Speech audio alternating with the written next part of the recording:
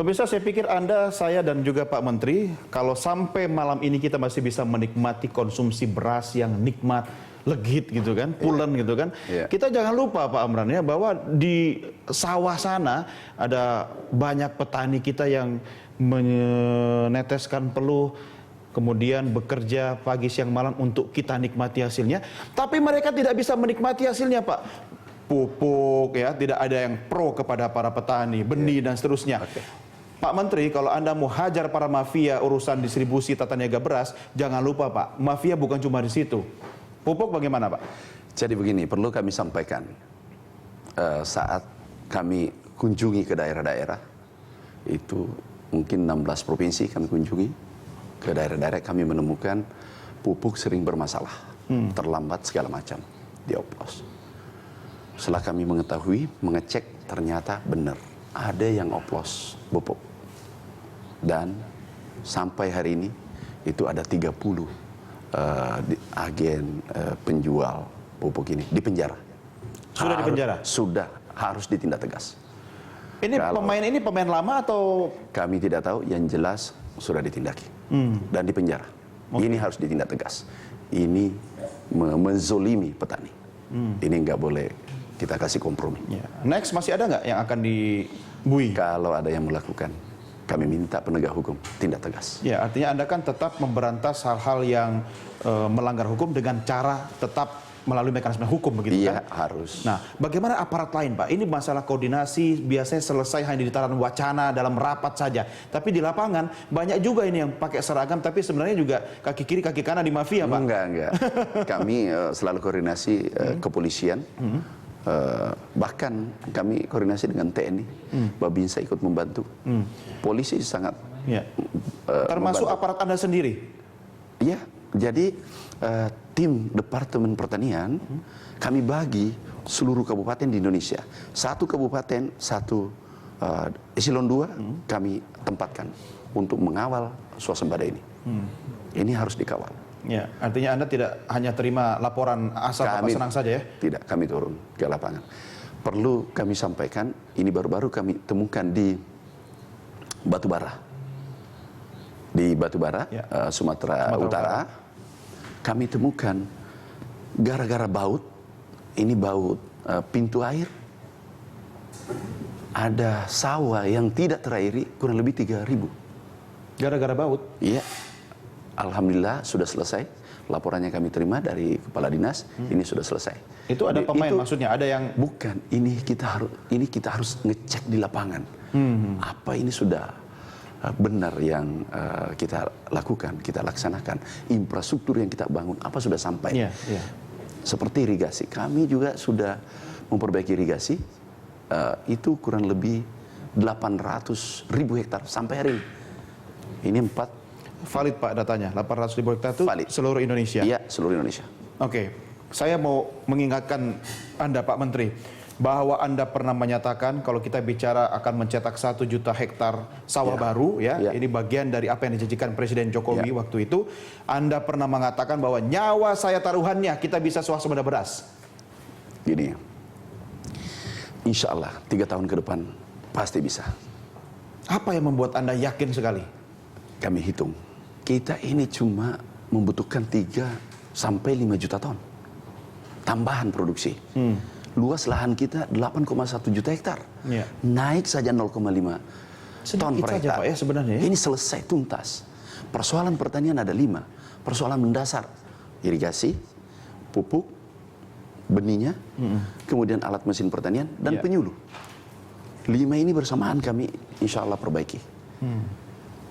Jadi kalau ini irigasi saja rusak seluruh Indonesia 50% Pak? 50%. Itu 3 juta hektar. Iya. 3 juta Anda kan juga butuh waktu untuk memperbaiki separuh irigasi yang sudah rusak ini. Dalam waktu 3 tahun bagaimana itu bisa tercapai? Doakan bisa selesai minimal 50% dalam waktu 1 tahun. 50%. Jadi kami membentuk tim khusus, tim upaya khusus. Kami turunkan ke lapangan. Pak, ini pembangunan fisik loh Pak. Iya. Dengan pekerjaan umum bagaimana? Enggak, ini dikerjakan ini oleh... semua di ranahnya Kementerian Pertanian? Di Kementerian Pertanian. Ini kan irigasi tersier.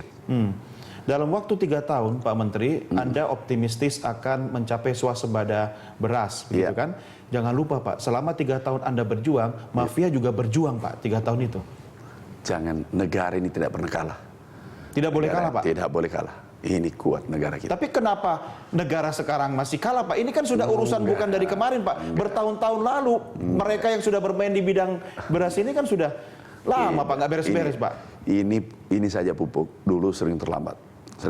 Karena ada pemain. Kalaupun mungkin masih ada terlambat ya, tetapi tahun ini lebih baik. Benih, alsintan, alat mesin pertanian kan kami, ini bantuan pemerintah, ini terbesar sepanjang sejarah. Rencana bantuan pemerintah atas arahan Bapak Presiden, itu 60.000 unit bantuan ini tahun. Tahun lalu cuma 3.000.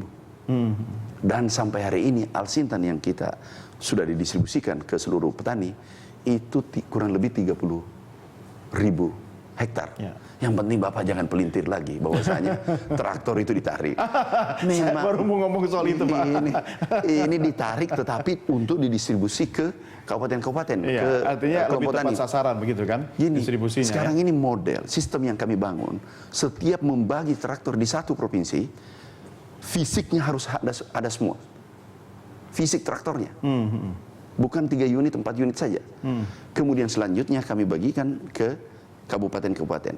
Memang didistribusi, ditarik untuk didistribusi, bukan dikembalikan. Ya. Pengawasannya bagaimana penggunaannya? Ini kan harus ada pendampingan. Ketika alat itu diserahkan kepada petani, digunakan, mereka kan bukan yang setiap hari ngurusi menjalankan mesin, Pak. Ya. Nah, agar nanti bisa tepat sasaran, penggunaan juga bisa berkelanjutan. Apakah di wilayah Bapak juga itu atau? Ini ada Gapoktan, namanya Gapoktan. Ini ada brigade-brigade, kemudian ada tim UPSUS dari Departemen Pertanian yang memantau semua kegiatan ini. Kemudian dari KTN ikut, KTN ini aktif, ikut membantu petani kita. Kemudian ada mahasiswa 8.500 kami libatkan. Jadi mungkin ada 9.000 dengan dosennya. Libatkan, membantu turun ke lapangan.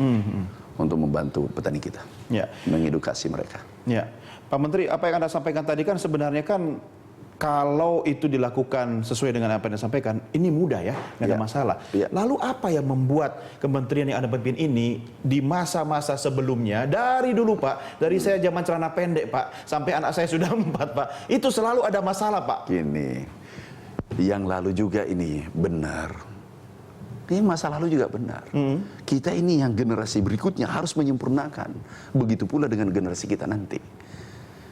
Jadi ini kan kita tidak boleh mengatakan bahwa yang dulu ini salah. Dia sudah melakukan terbaik pada masanya. Sekarang kita harus sempurnakan. Iya kan, meneruskan apa yang memang sudah baik. Meneruskan. Tapi kan persoalan ini kan bukan persoalan 1-2 bulan lalu Pak. Berapa generasi bahkan Pak. Perlu kami sampaikan, yang bisa memperbaiki saat ini, menurut kami ini, itu yang mau dulu, ikhlas, amanah, titik. Harus ada will yang kuat. Iya. Anda melihat ini bagian dari political will kementerian dan presiden? Iya.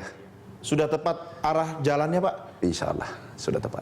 Berarti 1 juta hektar ini akan terwujud?